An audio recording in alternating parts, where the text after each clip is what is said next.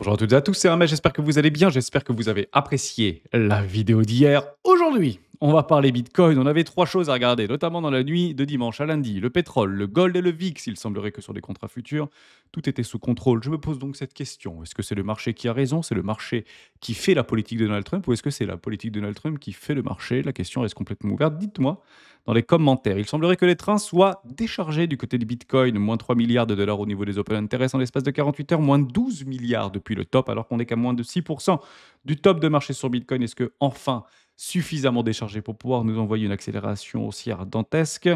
C'est une très bonne question. On a ce viseur notamment sur une temporalité option, on le regardera tout à l'heure. TP3 déclenché sur Bitcoin si vous suivez la stratégie de Twani. Et vous avez également un TP qui a été pris, voire une clôture nette de position sur Ethereum, comme je l'ai fait sur une polarité de price action et sur un POC de liquidité. Moi, je suis sorti d'Ethereum. Peut-être que j'aurais pu le garder, mais je ne voulais pas le transformer en swing. La seule chose qu'il faut regarder du côté de Twitter, c'est clairement pas les tweets de Donald Trump. C'est le tweet, et on en parle maintenant.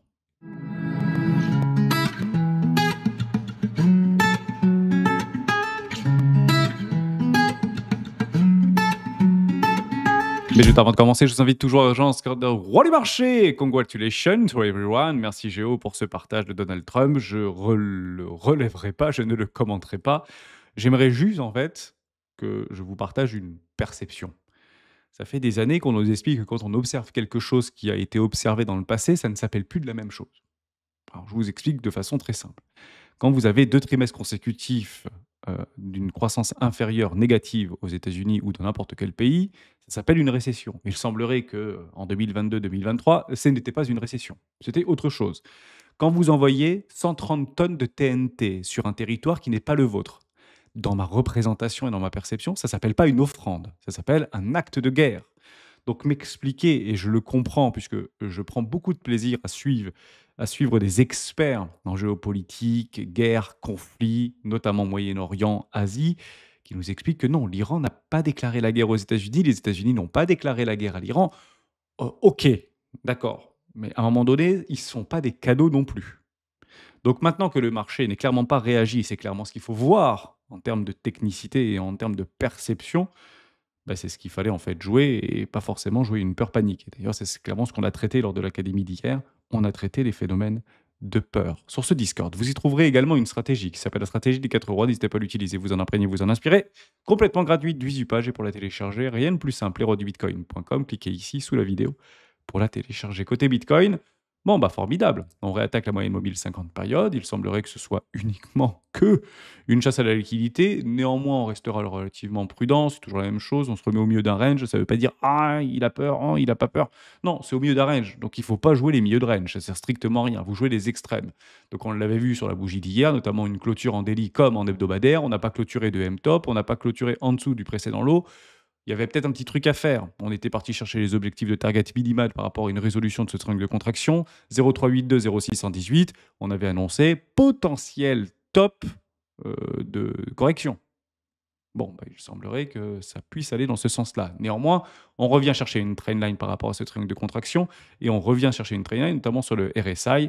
Bon, si vous êtes baissier, c'est maintenant qu'il faut en fait agir et vous pouvez éventuellement vous hedger, potentiellement paniquer ici. Et c'est assez drôle qu'en l'espace de 24 heures, on ait peur, panique à ah, c'était un piège, c'était une manipulation de marché, très probablement. En tout cas, si c'était une manipulation de marché, ça a clairement réussi. Hein. Moins 3 milliards au niveau des open interest du côté de Bitcoin. Je claque, je tape dans les mains. Ici, côté du trade de Ethereum qu'on avait pris exactement sur les 2140 dollars, en fait, on se retrouve dans une situation d'une peur panique telle et on suivait sur Twitter le nombre de wells, notamment sur Hype, qui soldait littéralement l'opposition et que le prix, en fait, ne bougeait plus entre 21h30 à peu près et 23h30 à peu près. Je me dis, si on n'achète pas là, on n'achètera jamais, en fait. Si on veut prendre des plays, c'est carrément des plays contre rien, c'est contre tendance et il faut aller chercher des retours sur des poches de liquidité ou des POC de liquidité, des points de contrôle. Donc très clairement, aux alentours des 2400, 2450 dollars, je me positionne juste en dessous, donc 2397 dollars. Mon play est terminé. Et vous voyez qu'à chaque fois qu'on initie, alors des fois ça marche, des fois ça perd. Sur TIA, je me suis fait éclater. Ethereum, ça marche plutôt pas trop mal et c'est plutôt celui-ci que j'ai dans le viseur depuis quelques semaines maintenant et que je trade un peu plus que Bitcoin, soit dit en passant, puisque la volatilité est plus importante sur Ethereum. Donc je vais rechercher plus des amplitudes plutôt qu'une forme de safe attitude, même si techniquement parlant, Bitcoin est plus propre. Ok. Et lorsqu'on vient à prendre ces plays-là, Ce qui est intéressant d'observer, bah, c'est des latéralisations et c'est tout à fait normal de voir cette forte expansion. On prend des plays et c'est clairement, dans une stratégie, qui est, purement, définie, hein, multi-time frame, donc 3 heures, 40 minutes, 7 minutes. On peut même tomber jusqu'à 2 ou 3 minutes et puis derrière, vous avez une petite latéralisation. Donc c'est exactement ce qu'on va avoir. Maintenant, on vous expliquera même en 7 minutes, quelle est la résolution de cette latéralisation. Est-ce que c'est éventuellement au nord ou est-ce qu'éventuellement c'est au sud? Pourquoi pas aller chercher de nouveaux plus bas? J'en ai pas la moindre idée. Mais si vous avez, joué ce trade-là, il faut pas systématiquement tenter de les retourner en swing, puisque c'est émotionnellement très difficile de se dire: «Waouh, j'étais à plus 700 et puis je me retrouve à plus 300 et plus 300 Bah, si ça revient à 500, alors je clôture et puis finalement ça revient pas à plus 500, ça finit à être à break-even. Break-even, ça tombe même avec, moins 200 ou moins 300 et puis je rajoute donc 500 pour me couvrir parce que j'avais eu raison et je ne peux pas avoir tort en réalité. J'ai vu plus 700, plus 800 sur mon truc et puis derrière, en fait, je me fais littéralement exploser. C'est monnaie courante en réalité dans le trading. Donc faites attention à ces attitudes-là. Si vous avez un plan, suivez-le scrupuleusement, même si au niveau de la volatilité, on s'est dit: «Waouh, c'est quand même assez impressionnant». Il semblerait qu'on ait piégé beaucoup de vendeurs à découvert et qu'actuellement, une grande partie soit sous l'eau. Mais maintenant, suivez votre plan coûte que coûte. J'avais des petites choses à vous montrer également. On peut faire un tout petit tour, peut-être du côté voilà, d'ici de Bitcoin, puisque vous êtes de plus en plus à me dire dans les commentaires. Alors, je ne connais pas forcément vos pseudos. Il n'y aura pas de Hell Season, Bitcoin c'est terminé. Les calculs mathématiques m'expliquent que, et d'ailleurs, en parlant de calculs mathématiques, que ça m'explique. Je vous le dis, généralement, quand on commence à alimenter des pages d'informations sur des mathématiques m'expliquant que Bitcoin doit aller à, généralement, ça marche pas, hein. Je vous le dis en toute franchise. Donc, alors, Bitcoin, les marchés financiers, et ça, je l'ai compris d'expérience depuis les 10 ou les 15 dernières années, c'est 80%, voire plus de 80% émotionnel et psychologique. Et quand on outrepasse ce spectre psychologique et qu'en fait, on le supplante par de la mathématique, généralement, c'est la catastrophe assurée.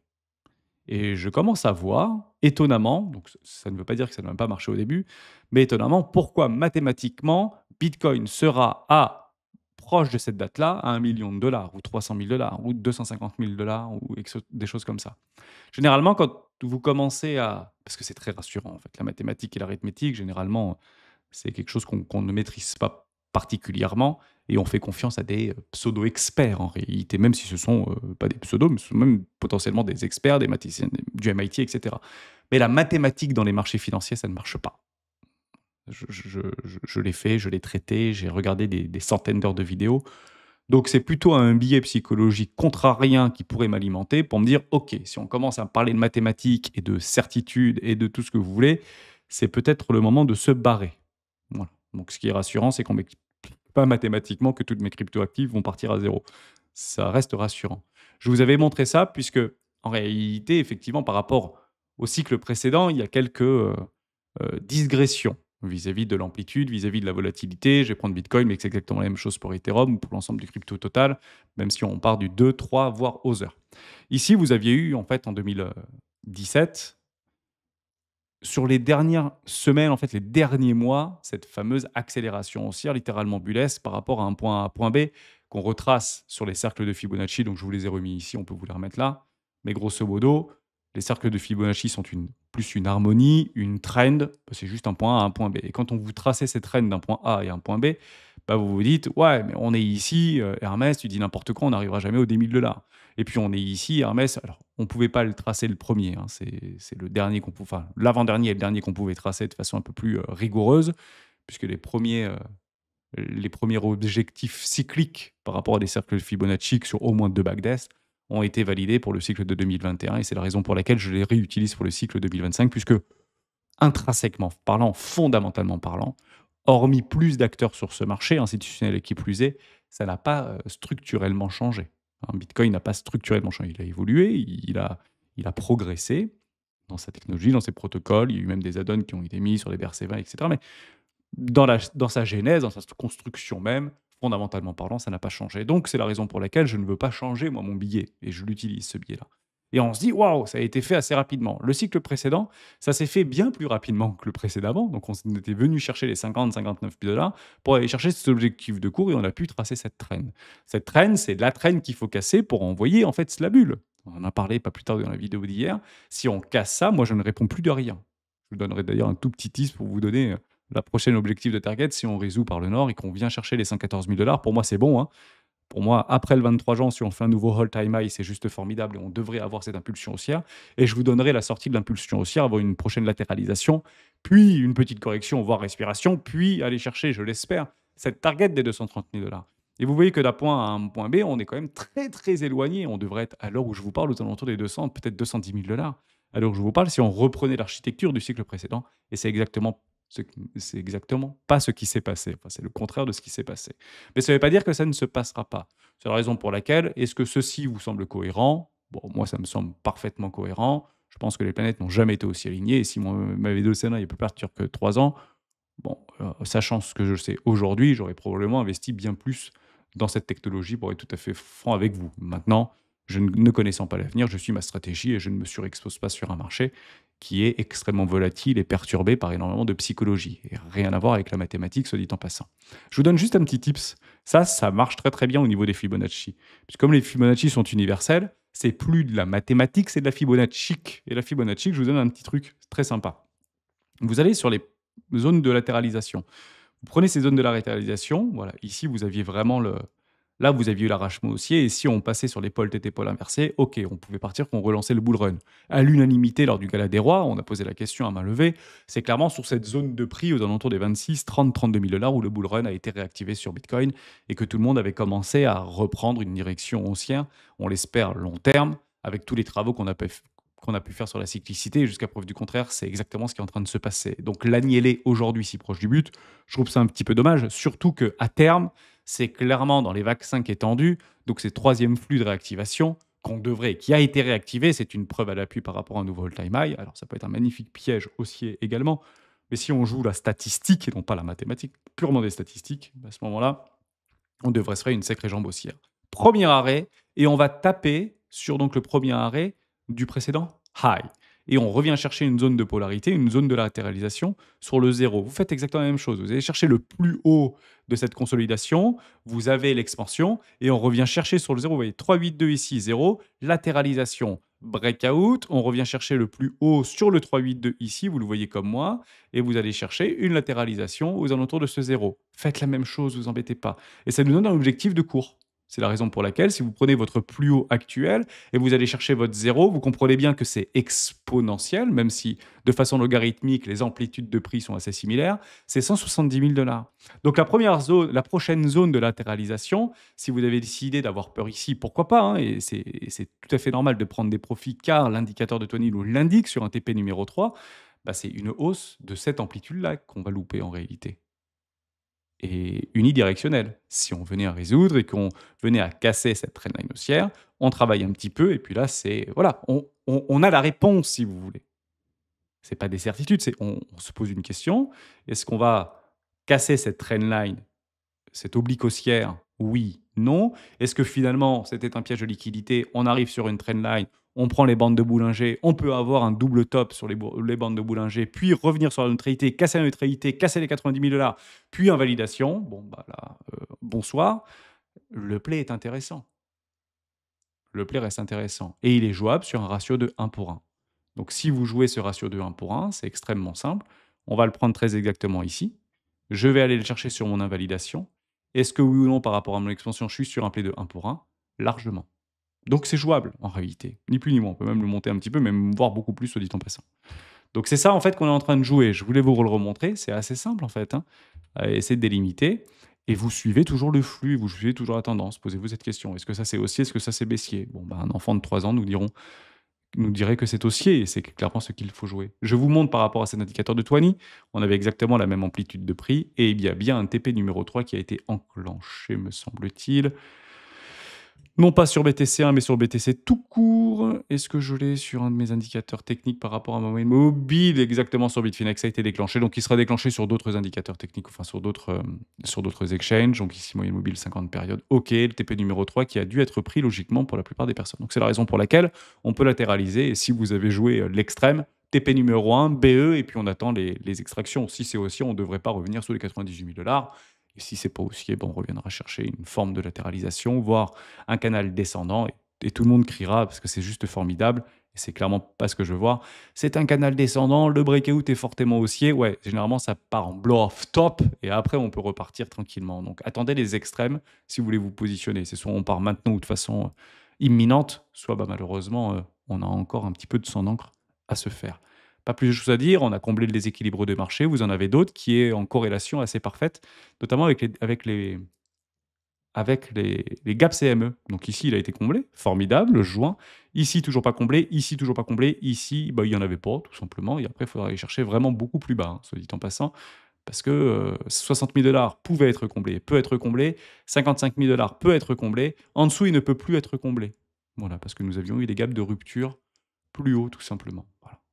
Si, soit dit en passant, tout cela peut être comblé encore, jusqu'à celui-ci, jusqu'à gap de rupture. Bon, soit dit en passant, les gaps de rupture, on les aura très probablement dans un prochain cycle, et c'est pas avant 1 an et demi à l'heure où je vous parle. OK, pour ça, ça reste haussier, c'est juste formidable. On fait un petit tour du côté de Polymarket. J'aime bien ce site, vous pouvez utiliser Cashier si vous voulez également. Polymarket n'est pas accessible aux États-Unis, Cashier l'est aux États-Unis, et on a plutôt une forme de polarité qui s'est inversé en l'espace d'une journée. Je ne sais pas si vous avez vu au niveau du volume.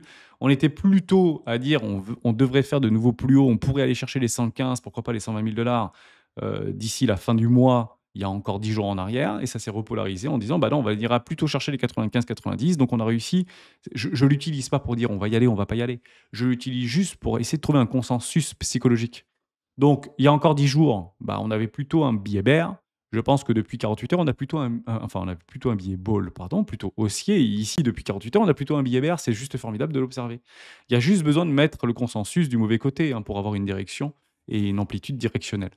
Ici également, qui m'intéressait pas mal, c'est ça. C'est la décision de la Fed qui, à la fois sur Polymarket, mais à la fois sur les anticipations vis-à-vis des insiders sur le CME Group, bah, on est en train de voir des petites bandes qui se rapprochent. Donc actuellement, no change 80%, il y a quand même peu de chances qu'on baisse les taux pour le mois de juillet. Soit dit en passant, on ne sait pas vraiment ce qui peut se passer, puisque la Fed réagira toujours dans l'urgence. Donc anticiper une décision de la Fed, en fait, c'est quasiment impossible. Je vous le dis en toute franchise, hormis si le consensus et tout le monde est OK parce qu'ils le savent, tout simplement. Et on peut le savoir actuellement qu'il y en a plus de la moitié, enfin la moitié qui sont pour aucune baisse des taux pour l'année 2026, alors que le marché anticipe de baisse des taux en 2026. Il faut regarder vraiment dans le petit détail, mais actuellement, c'est clairement pas la direction qui sera prise par la Banque centrale américaine. On n'est plus sur pas baisse des taux tout court, et si réellement besoin, et si tous les planètes sont alignées, il y aura une baisse des taux. Alors que le marché anticipe, quoi qu'il arrive, il y aura une baisse des taux. C'est pas si certain en réalité. Donc si on devait choisir entre il y aura une baisse des taux, il y aura pas de baisse des taux, actuellement, le consensus de la Fed, c'est pas de baisse des taux tant que c'est possible. C'est pas une baisse des taux si c'est possible. Vous comprenez cette nuance-là? Et ça, vous le trouvez directement dans les rédactions notamment du FOMC. C'est pas sur les graphiques que vous le trouvez, ni dans les consensus que vous le trouvez. Mais ça suffit puisque généralement, on s'aligne par rapport à ça. L'Iran va fermer le trade d'Ormuz. Il semblerait que cette éventualité soit littéralement écartée avec 8% de chance pour la fin du mois de juin et jusqu'au mois de décembre. C'est 21% de chance avec un énorme spike. Bon, finalement, il semblerait que ce soit littéralement écarté et ça, c'est ce qui a clairement calmé les marchés financiers. Récession en 2025. 27% de chance. Et en dessous des consensus, notamment de JP Morgan ou encore de Goldman Sachs.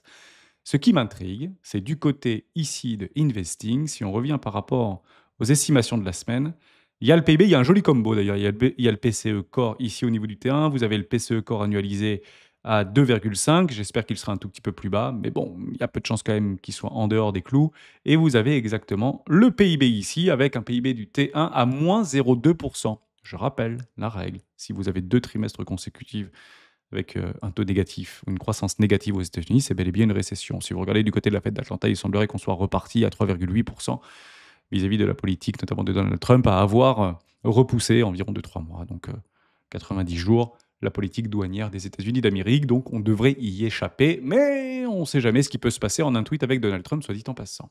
On continue avec des petites choses qui sont très intéressantes. Je vais les reprendre ici sur Twitter, ce qu'il ne fallait pas louper. Le consensus de Twitter. Mister Crypto qui nous explique que au niveau de Ethereum, nous sommes dans une pattern de réaccumulation de wake-off. Honnêtement, c'est plutôt chouette. D'autres influenceurs nous expliquent, ou d'autres tweetos, comme Bitcoin Census, nous expliquent que c'est exactement la même chose. Nous sommes bel et bien dans une pattern de réaccumulation de wake-off. Honnêtement, c'est plutôt propre actuellement sur Ethereum. Est-ce que ce serait autoréalisateur?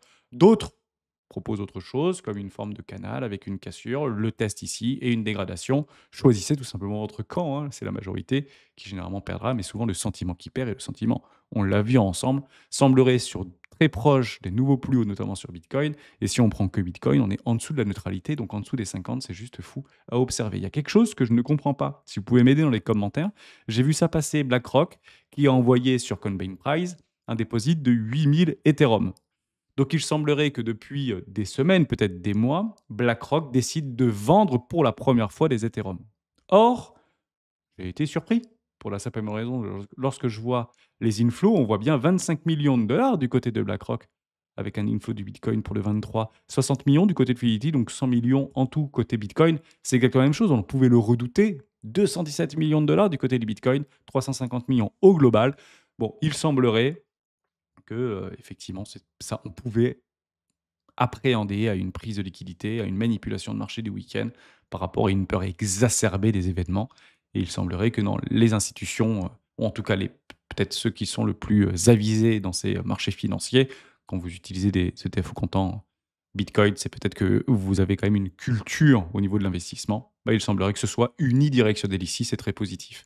Il y a une chose que je voulais juste vous partager, et ça renforce un billet, encore une fois, du côté de Ethereum. Je vous gonfle un petit peu avec ça, mais je pense que c'est un bon play assez sécure à jouer pour aller chercher des hauts de range, tout simplement. Donc aux alentours des 4000, 4800 dollars sur Ethereum, c'est clairement la target qu'il faut viser aujourd'hui et les planètes sont suffisamment alignées pour aller les chercher. Circle, si vous reprenez par rapport à l'action de Circle, il y a une raison assez particulière pour laquelle cette action, donc Circle, soit clairement en bulle. On va pas se mentir, on va pas refaire l'histoire, mais c'est clairement ça part en bulle. Ça me fait clairement penser à 2000, aux années 2000. Il y a exactement les mêmes stigmates. C'est complètement délirant. Vous avez un PER, puisqu'on sait que Circle Group génère à peu près 200 millions de dollars de bénéfices, sachant qu'il redistribue une très grosse partie de ses fees au niveau de l'USDC à Coinbase et à d'autres acteurs. Bon, grosso modo, vous avez un PER supérieur à 2000. Je ne sais pas si vous vous rendez compte, supérieur à 2000. En Europe, la moyenne, ça doit être 14, 13-14. Aux États-Unis, ça doit être 20-25. Si vous prenez les GAFAM, c'est plutôt 25-35. 2000 pour Circle. Bon, il faut arrêter les conneries un minimum. Mais bon, ça fonctionne. Mais pourquoi ça fonctionne et pourquoi et qu'est-ce qu'on va anticiper ici? C'est assez simple. C'est juste la promesse. Et la promesse de Circle, c'est que c'est le stablecoin qui fournit le plus de rendement à l'instar des autres stablecoins. Tout simplement. Et on peut les retrouver ici, par exemple, Kraken qui propose 6,5%, Coinbase 4,1%. Ici, vous avez BitGet qui va vous proposer alors plusieurs possibilités, mais jusqu'à 9%, 6%, 6,4, 4,4, toujours en flexible. Donc, c'est quelque chose de régulier. Donc, tous les jours, vous êtes récompensé. Et c'est du flexible. Donc, les taux de rendement sont très importants sur du stablecoin. Vous avez également Bybit qui va vous proposer quoi? Et vous proposez du 12%. Alors, il y a des petites choses à aller voir. C'est limité, pas forcément systématiquement. Enfin, c'est limité dans le temps, etc. Et d'ailleurs, en parlant de BitGet, vous avez la possibilité de vous inscrire parce qu'il revient en Europe. C'est coming soon, réservé sur la liste blanche. Vous avez été très nombreux d'ailleurs à vous inscrire. On était partenaire il y a 2 ans, donc fidèle Bybit depuis maintenant plusieurs années. Je suis très content qu'ils reviennent ici que sur les contrats, pas sur les contrats futurs, mais uniquement sur le spot. Et il y aura d'énormes cadeaux, hein. Il y aura énormément de cadeaux pour les Européens puisqu'ils reviennent from scratch, hein. Donc ils ne récupèrent pas les noms, ils ne récupèrent pas les adresses mail. C'est un nouveau marché pour Bybit. Ils y étaient rentrés par la toute petite porte, ils se sont fait exclure. Ils sont revenus en ayant eu une régulation et une réglementation à travers MiCAR notamment, donc pour pouvoir exercer sur le sol européen. On bénéficiera d'énormément de fonctionnalités sur Bybit. Et si vous aimiez bien, Bybit Europe ouvre la grande morte. Donc pourquoi pas s'y inscrire? Je vous remets le lien dans la description. Je finis là-dessus. Donc, ah ouais non, je finis pas là-dessus. Par rapport au rendement, c'est exactement la même chose qu'on peut avoir sur Ethereum. Et c'est ça que je joue par rapport à Ether vis-à-vis du yield sur les ETF au comptant Ethereum qu'on va retrouver ici. Ça va arriver, c'est imminent. Alors est-ce que c'est juillet, est-ce que c'est août, est-ce que c'est octobre? Dernier délai, c'est octobre. Mais vous comprenez bien qu'il y a un effet. Et c'est ça qu'il faut regarder entre les lignes systématiquement. C'est pas de se dire je sais pas, je me trompe pas. C'est pas du tout ça l'objectif. L'objectif, c'est de voir qu'est-ce qui se passe chez des acteurs faiseurs du marché, grands acteurs, stablecoin, mais pourquoi l'action Coinbase monte autant? Et en fait, vous faites un raccourci assez simple et complètement rationnel pour dire mais c'est juste le stablecoin qui fournit le plus de rendement. Bah attends, si vous avez des ETF Ethereum avec un yield, même si le yield descend, puisqu'il y a de plus en plus de TVL, de plus en plus de validateurs qui rentrent sur le protocole et sur le réseau Ethereum, donc automatiquement le yield va s'équilibrer et on est passé sous les 4%. Pas très sexy, vous allez me dire, mais c'est qu'il y a la demande s'il descend le yield sur Ethereum, c'est toujours la même chose. Si sur Atom, vous avez un yield à 17% alors que c'est 10%, c'est qu'on est en dessous des 66% de TVL, enfin de jetons sécurisés. Donc, bah, il y a une incitation supplémentaire. Ça ne veut pas dire que ça va mourir ou pas mourir. Ça veut juste dire que ces protocoles-là s'équilibrent en fonction de la sécurisation du réseau. Bah, Ethereum, au niveau de ses ETF, quand ils proposeront de ligne, ce sera juste formidable. Et vous avez donc potentiellement une réciprocité qui devra être pricée à l'image de Circle. Évidemment. Formidable, cette histoire. Le seul tweet qu'il fallait pas louper, et je finirai là-dessus, c'est celui-là. Remember, CZ, il a été partagé par Géo lors de l'académie d'hier. N'oubliez pas que par définition, tout ce qui se passe avant le prochain ETH est un creux. N'oubliez pas que ce sont ces gens-là qui font le marché. D'accord. Donc, en fait, CZ, dimanche, il nous a mis une gifle, mais vraiment une gifle. Et là, il passe la pommade.